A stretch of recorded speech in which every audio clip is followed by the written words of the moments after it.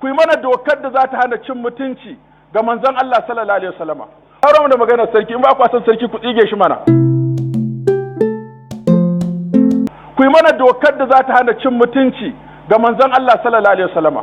Ko dan siyasa ko malami ko ta dan kungiya in ya faɗi magana da ake jin akwai rashin ladabi a kira shi gaban kwamiti a tantance a yi masa hukuncin da ya dace. Amma an kun shagala yanzu da yin doka akan sarki. Na da maganar sarki, in ba ku san sarki ku tsige shi mana. Shi ne bukatan mu?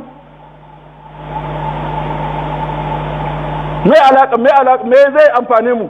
In kuna son sarkin nan ku bar shi, in ba ku so kawai ku ce yayi laifi ku tsige shi.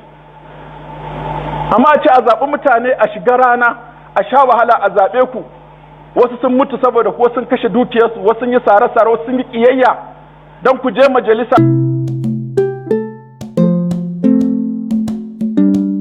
Ku yi mana aiki, ana yunwa, ana talauci, ana fatara, ana sata, ana fashi. Kwanan na aka kai hari bici, kwanan na aka kai hari bagwai, kwanan na aka zagi annabi, amma kuna ta maganar sarki. Kuma da abin dirama, kowa ya san wannan dirama ce. Sarki an naɗa shi, in bai muku ba ku cire shi. Amma a ce wani sarki ya yi maganganu na rashin ladabi, wa ya tabbatar? Wani malami aka kaiwa?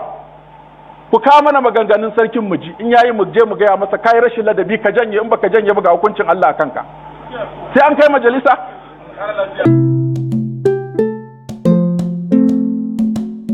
Bayan majalisa me suka sani game da addini za cewa an kai musu, wai wani yayi magana ta rashin ladabi. Ga wanda ya zagi annabi. In ba ku san sarki kawai ku ce kun cire shi, dama haka ake yi, sai an naɗa wani.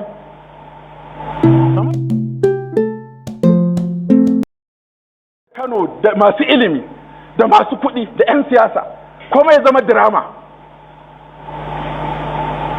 ya zama kwangila, ya zama ana ta maganganu.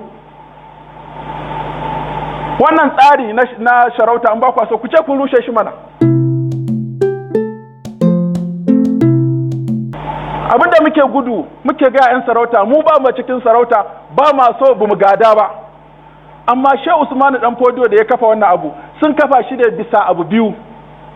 Jihadi suka yi, suka taimaki musulunci, suka kafa wannan abun. Ba daɗi ba ne don kana cikin sarauta ka ba da goyon baya a ci mutuncin ɗan uwanka mai sarauta. Yanzu wannan abin da ake yi, wasu sarakunan suna jin daɗi ana cin mutuncin ƴan uwansu sarakuna, kuma ba ku san gwamnan da zai zo gaba ba. Yanzu wannan gwamnan ya raba masarautu 5, ya tsige sarki. In wani ya zo ya iya cewa shi duk local government ma a yi mata sanda, a yi mata sarki. Mun samu sarakuna nawa kenan?